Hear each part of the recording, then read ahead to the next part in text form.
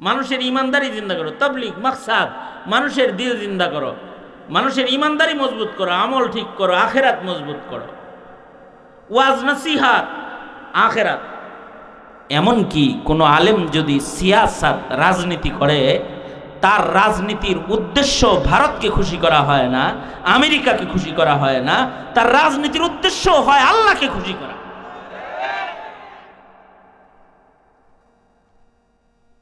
কারণ আল্লাহরে খুশি করার জন্যই জমিনের মানুষদেরকে দিন শিখানোর জন্য, জমিনের মানুষের দিনই তাহজিব তামাদ্দুন রক্ষা করার জন্য ক্ষমতারও দরকার।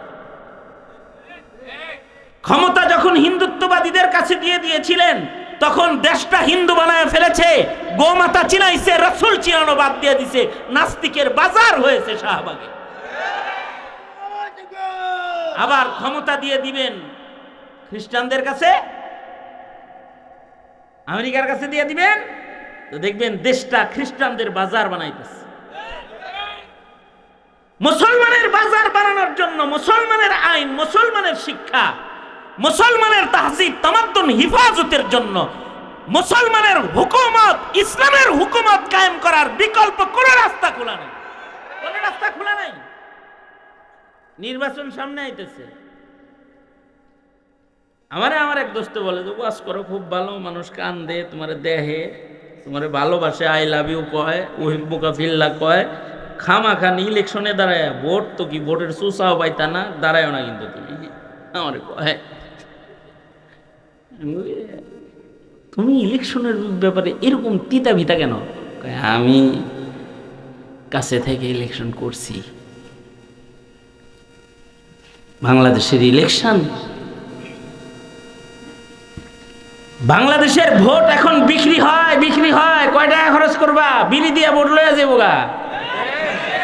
কারণ দেশের মানুষ ইমান বুঝে না, সিগারেটের প্যাকেট যারটা দামি, ভোটটা থাক, কয় টাকা হলে ফিল্ডে নামবা। আসলেও তাই। এ কারণে আমরা বলি কি, মানুষের ইমান, ইমান কি, ইমানদারি কি, মুমিনের দায়িত্ব কি, কর্তব্য কি, এগুলো মানুষের হৃদয়ে ঢুকানোর চেষ্টা করা। এই জন্য এইগুলো লাগে। আর কারণ এটা যদি ভেতরে আসে, তখন তার ভোট বিক্রি হবে না, এমনকি ও জীবন দিয়া হলেও, রক্ত দিয়া হলেও ইসলাম রক্ষা করার চেষ্টা করতে থাকবে। একটা কাফেলা দরকার। এই বাংলাদেশে ইসলামী হুকুমত কবে কায়েম হবে তা আমি জানি না, অথবা এই দেশের রাষ্ট্র কখন ইসলামকে, ইসলামের উপরে রাষ্ট্র পরিচালিত কবে হবে তা আমার জানা নাই। তবে আমি এটা বিশ্বাস করি, ইসলাম কবে কায়েম হবে তা জানা নাই, তবে আমি এটা বিশ্বাস করি, জমিনে যদি ইসলামী সিয়াসাত, ইসলামী তাহজিব তামাদ্দুন, সার্বিক দিন হিফাজত করার জন্য যদি জানবাজ রক্ত দেওয়ার একটা কাফেলা তৈরি থাকে, তাহলে রক্তের বন্যা হয়ে গেলেও ইসলাম দেশ থেকে যাবে না, দিন যাবে না। এটা আমি বিশ্বাস করি। এটা সে পড়ছে, কিন্তু সে ইহুদি আছে। নাসারা হাদিস বিশেষজ্ঞ আছে,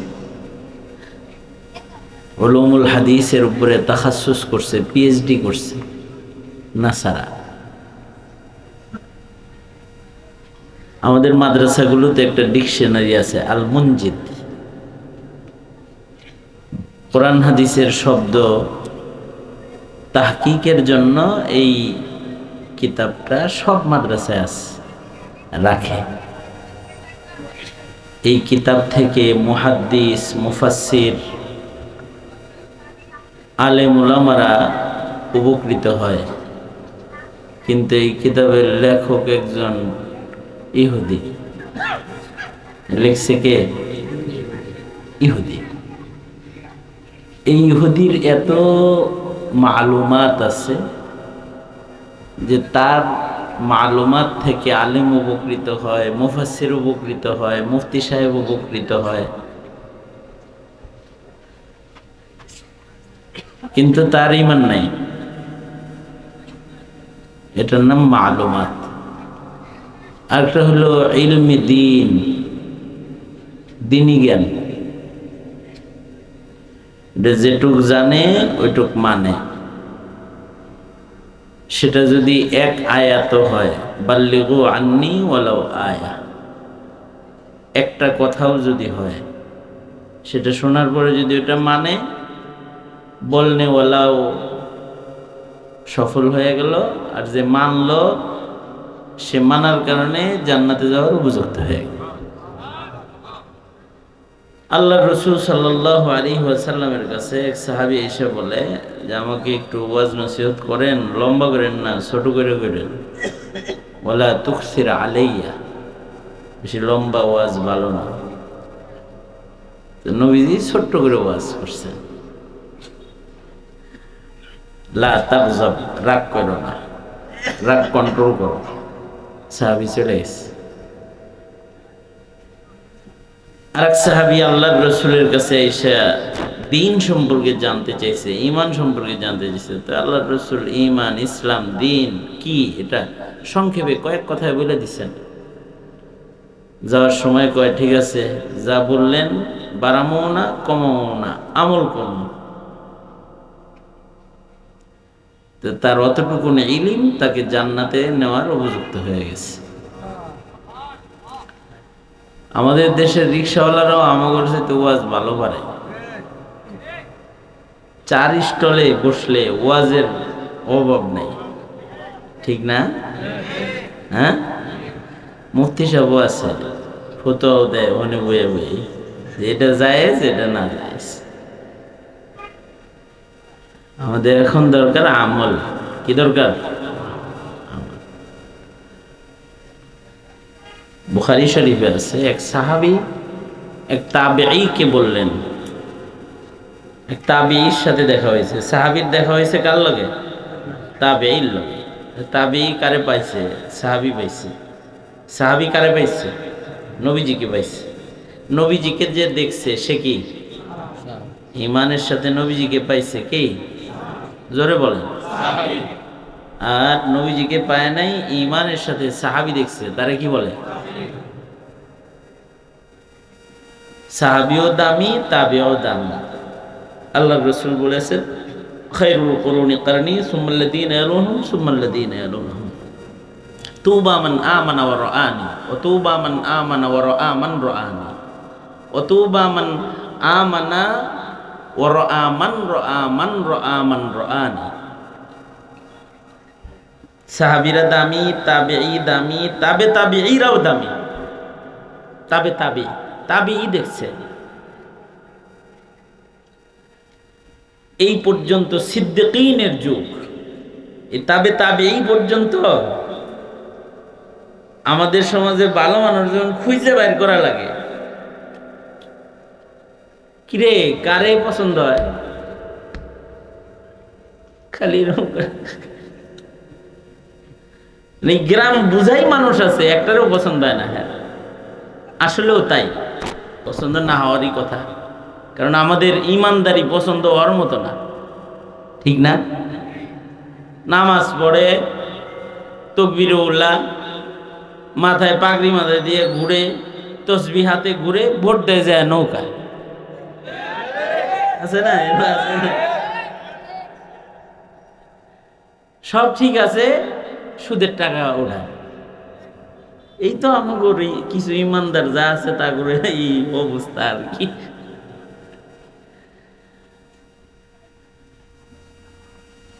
সারা এলাকা ঘুরলে পছন্দ হয় এমন মুমিন পাওয়া এখন কঠিন, তাই না? কিন্তু সাহাবী, তাবেঈ, তাবেঈ এই পর্যন্ত এই 3 যুগ খারাপ মানুষ পাওয়া মুশকিল ছিল। সুবহানাল্লাহ, আস্তে করে বল। মানে এই 3টা যুগ আর কি, নবী দেখছে অথবা সাহাবী দেখছে অথবা তাবেঈকে দেখছে, তাবেঈ। এই যুগ পর্যন্ত এই সময়গুলো সিদ্দিকীনদের রাজত্বের সময়। বাজারে ঘাটে যারা মাছ বিক্রি করত অথবা তরকারি বিক্রি করত, এগুলো সিদ্দিক ছিল। সুবহানাল্লাহ, আরো আসতে কোন সুবহানাল্লাহ, বুঝছেন নি? তেল বেচে, তেল চাল বেচে, কিন্তু সিদ্দিক। ফল বেচে, ফলের দোকানদার সিদ্দিক। এরকম ছিল। তো যাই হোক, এক সাহাবীর লগে তাবেঈর মোলাকাত হইছে। মোলাকাত হইছে পরে কয় কি, কয় আমার মন চাইছে আমি তোমাকে কিছু হাদিয়া দিব। কি দিব? তোমাকে কিছু হাদিয়া দিব, এটা নিয়ত করছি আমি। দেন আলহামদুলিল্লাহ। আমাকে যদি কেউ ধরে কইতো যে কিছু হাদিয়া দিব, আমরা তো বুঝবো কি একটা কিছু দিব, হয়তো টাকা, তাছাড়া ধন সম্পদ, একটা কিছু না হইলে একটা কলা হইলেও তো দিব। মানে এইরকম কিছুই তো বুঝি আমরা, যে হাদিয়া দিব, কি হাদিয়া দিব। সাহাবী বলে কি যে ফজরের নামাজ পড়া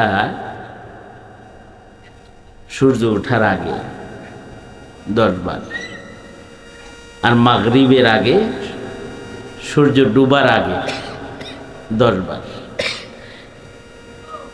একটা দোয়া যদি 10 বার পড়ো তো 4টা গোলাম আজাদ করার সওয়াব আমলনামায় জমা হবে। নবীজির কাছ থেকে শুনছি, এই দোয়াটা তোমাকে গিফট করলাম, হাদিয়া দিলাম।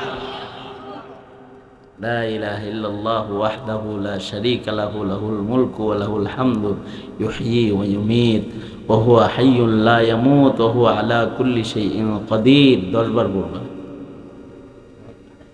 4টা গোলাম আজাদ করার সওয়াব পেয়ে যাবে। সাহাবী পায়া খুশি হয়ে গেছে। আরেক সাহাবী নবীজির কাছে আসছে, নবীজির কাছে বসে রয়েছে। তো নবীজি দুঃখ করতেছে, হ্যাঁ অমুকে আমাকে খুব কষ্ট দিচ্ছে, অমুকে খুব কষ্ট দিচ্ছে। নবীজি দুঃখ করতেছে।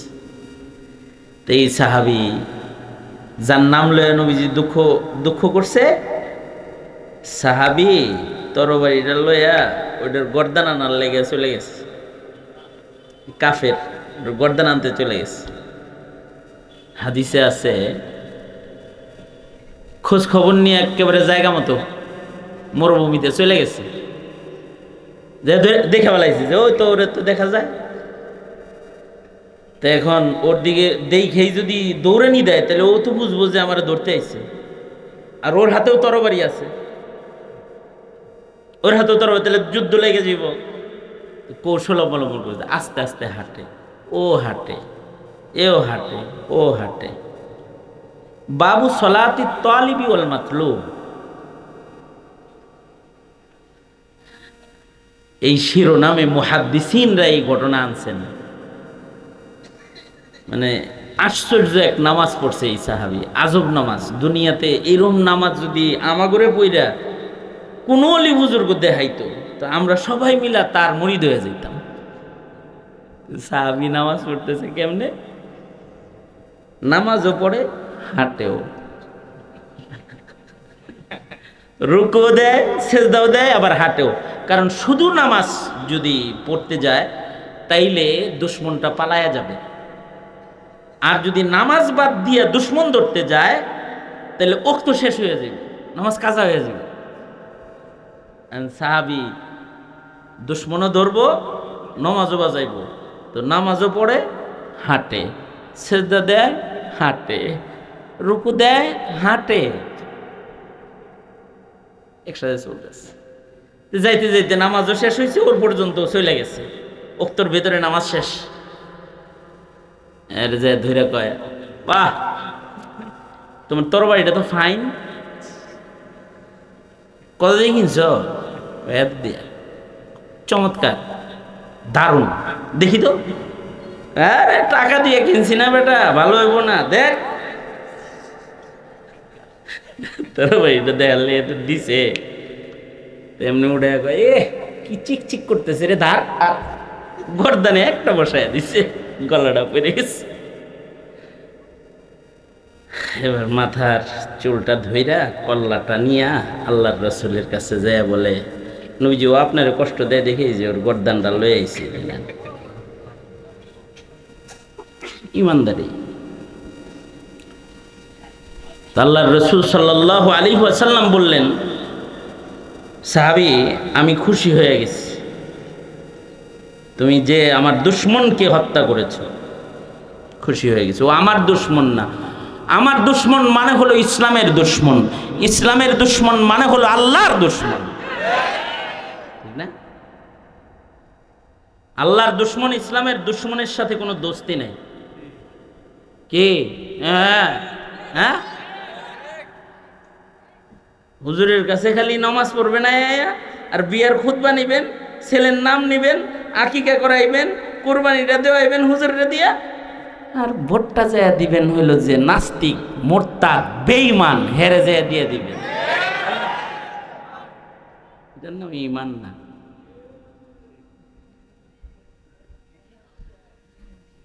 আল্লাহর রাসূল সাল্লাল্লাহু আলাইহি ওয়াসাল্লাম খুশি হয়ে গেছেন। আল্লাহর রাসূল বললেন কি যে আমি তো তোমার উপরে খুশি হয়ে গেছি, তুমি আমার কাছে একটা কিছু চাও আমি তোমাকে দেই। নবীজি বললেন যে তুমি আমার কাছে একটা কিছু চাও আমি তোমাকে দেই। আল্লাহর রাসূল এই কথা বলছে, অফারটা কি? যা চাইবা তাই দিব। অফার কি? তুমি যা চাইবা তাই দিব। আম করে যদি কইতো, কইতাম যে স্বর্ণ দাও 2 কেজি 3 কেজি, অথবা দুনিয়ার একটা কিছু চায়া বসতাম। কারণ আমাদের নজর এক জায়গায়, সাহাবীর নজর তো আর এক জায়গায়। সাহাবী বললেন বেশি কিছু লাগবো না আল্লাহর নবী, আপনার হাতের এই লাঠিটা আমারে দেন, লাঠিটা চাই। তুমি ছোট্ট একটা জিনিস না, লাঠি দিয়ে দিছি। কিন্তু ঘটনা হইল সাহাবী এই লাঠি নিয়া বাড়িতে গেছে। বাড়িতে যে এটারে সুন্দর করে মখমল দিয়ে পেঁচাইয়া আতর গোলাপ মাইখা সন্তানদের ডাক দিছে। ডাক দিয়া বলে কি যে আল্লাহর রাসূল আমাকে এই লাঠিটা দিছে, নবী আমার উপরে খুশি হইছে, এই লাঠিটা নবী যে আমার উপরে খুশি এটার প্রমাণ, দলিল। এটা আলমারিতে রেখে দিচ্ছি, আমি যখন মরে যাব তখন কাফনের কাপড়ের ভেতরে এই লাঠিটা আমাকে কবরে দিয়ে দিবা। নবীর হাতে লাঠি প্রমাণ করবে আমি রাসূলকে খুশি করেছি। এই লাঠিটা নিয়েই আমি আল্লাহর আদালতে দাঁড়াবো। এই লাঠি প্রমাণ করবে যে আমি রাসূলকে খুশি করেছি। যে রাসূলকে খুশি করেছে আশা করা যায় আল্লাহ তাকে খুশি করে দেবে।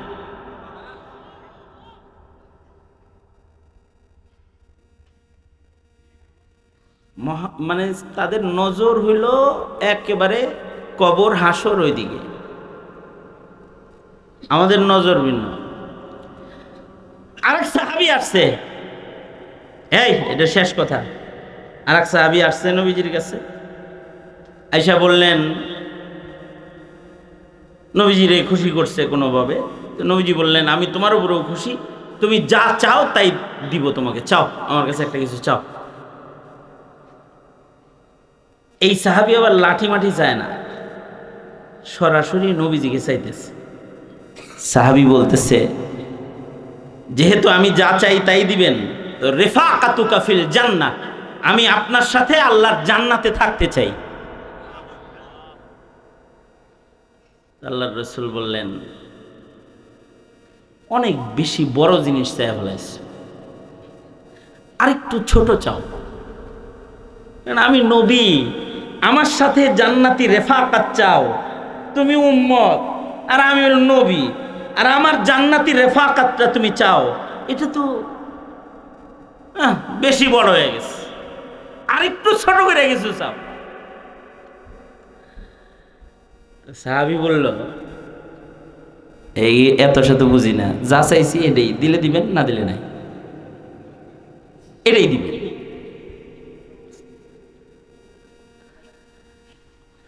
আল্লাহর রাসূল বললেন ঠিক আছে।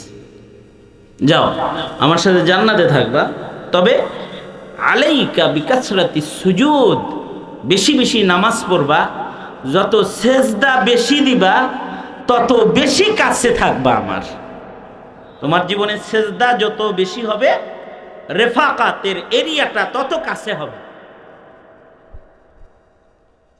এ কারণে ১৬ লক্ষ সাহাবীর একটা গুণ, নবীর ১৬ লাখ সাহাবীর একটা গুণ হইল ফি উজুহিহিম মিন আসারিস সুজুদ, সাহাবীদের চেহারায় সেজদার দাগ।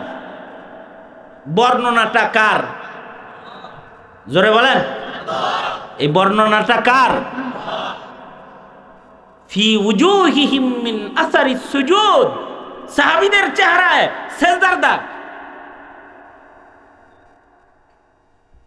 আমাদের চেহারায়, আমাদের অঙ্গ প্রত্যঙ্গে রাজনীতির কফের দাগ আছে, যুবকগণ মানে গায়ে সেজদার দাগ নাই।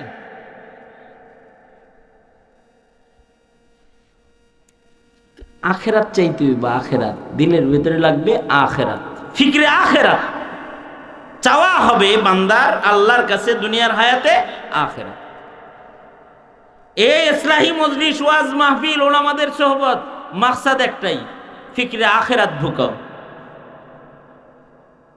ওলামায়ে কেরামের যত কাজ আছে সব আখেরাতের বাজার আবাদ করো।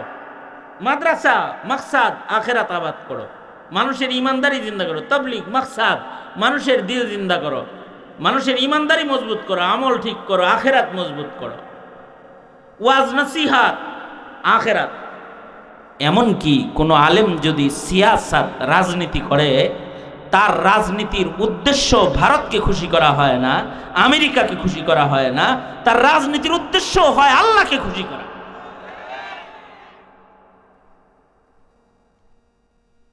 কারণ আল্লাহরে খুশি করার জন্যই জমিনের মানুষদেরকে দিন শিখানোর জন্য, জমিনের মানুষের দিনই তাহজিব তামাদ্দুন রক্ষা করার জন্য ক্ষমতারও দরকার। ক্ষমতা যখন হিন্দুত্ববাদীদের কাছে দিয়ে দিয়েছিলেন, তখন দেশটা হিন্দু বানায় ফেলেছে, গোমাতা চিনাইছে, রাসূল চিনানো বাদ দিয়ে দিছে, নাস্তিকের বাজার হয়েছে শাহবাগে। আবার ক্ষমতা দিয়ে দিবেন খ্রিস্টানদের কাছে,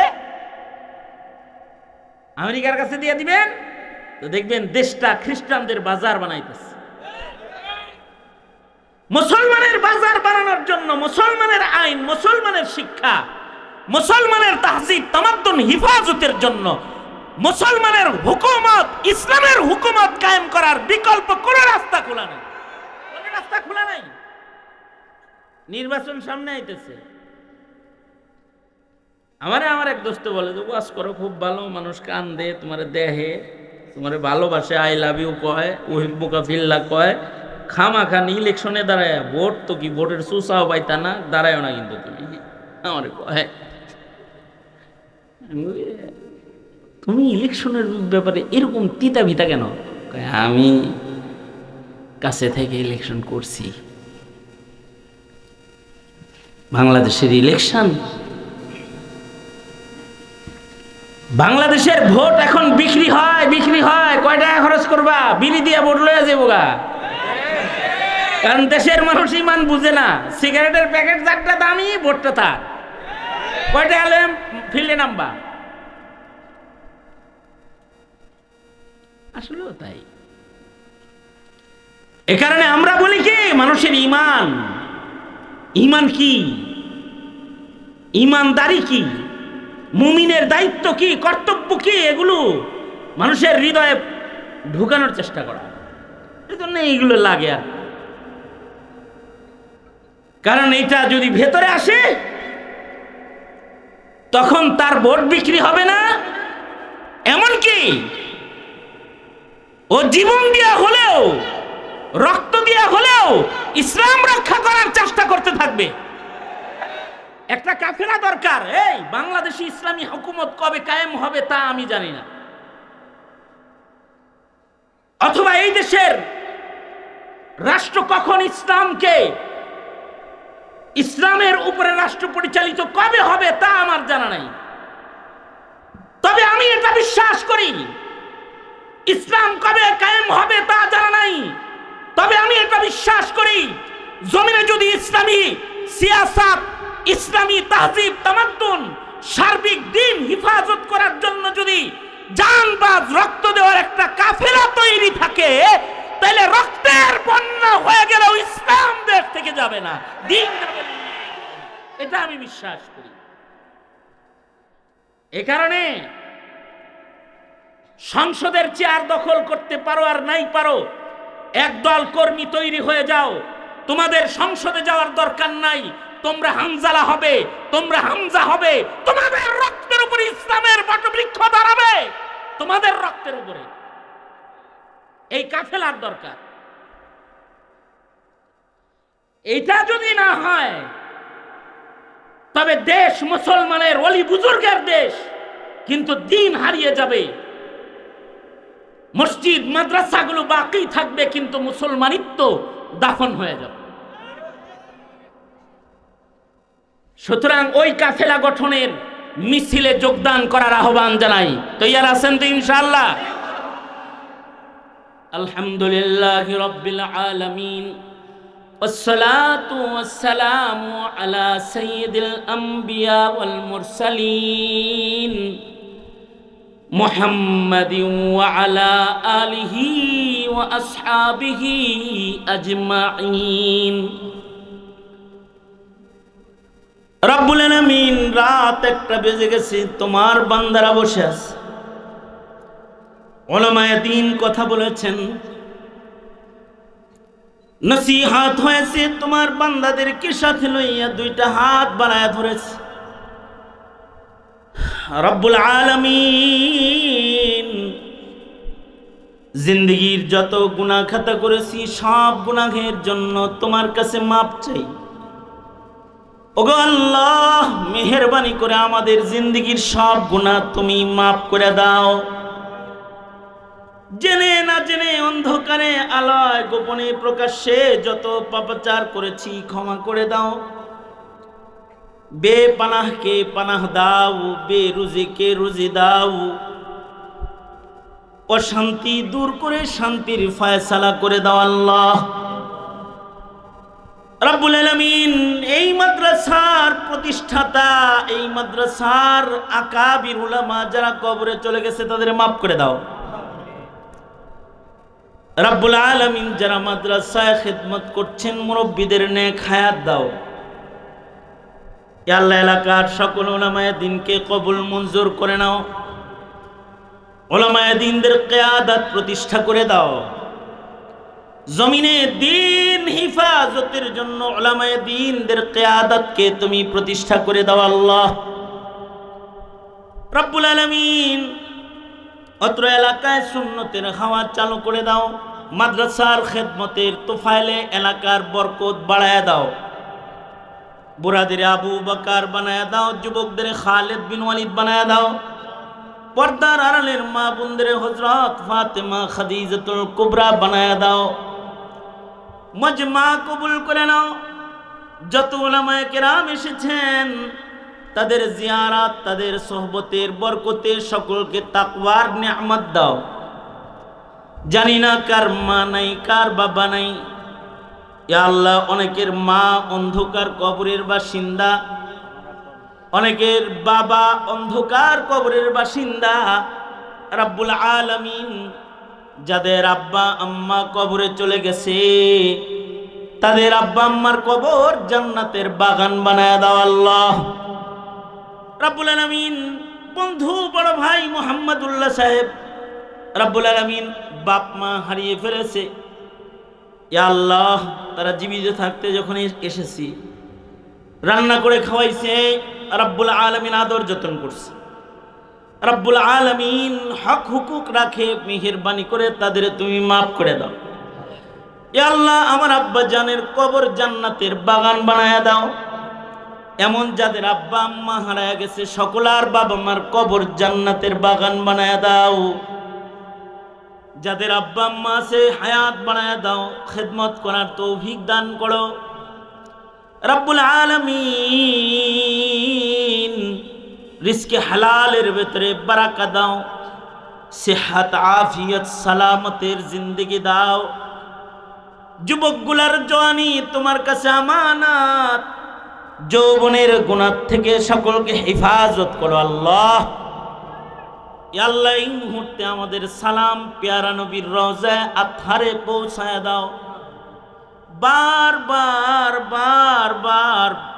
বাইতুল্লাহ রওজার জিয়ারত নসিব করে দাও। জিন্দেগিতে যত মকবুল নেক দোয়া করেছি, সকল দোয়াগুলো সকলের হকে কবুল মঞ্জুর করে নাও। পৃথিবীর নিকৃষ্ট জালিম ইসরায়েলকে হালাক করে দাও আল্লাহ। যারা ইসলামের দুশমন, যারা কোরআনের দুশমন, যারা দ্বীনের দুশমন, ফয়সালা তোমার হাতে নিয়ে নাও। দ্বীনের জন্য বাঁচার, দ্বীনের জন্য মরার তৌফিক দান করো আল্লাহ। যত কল্যাণ দাও, কল্যাণ হতে বাঁচাও।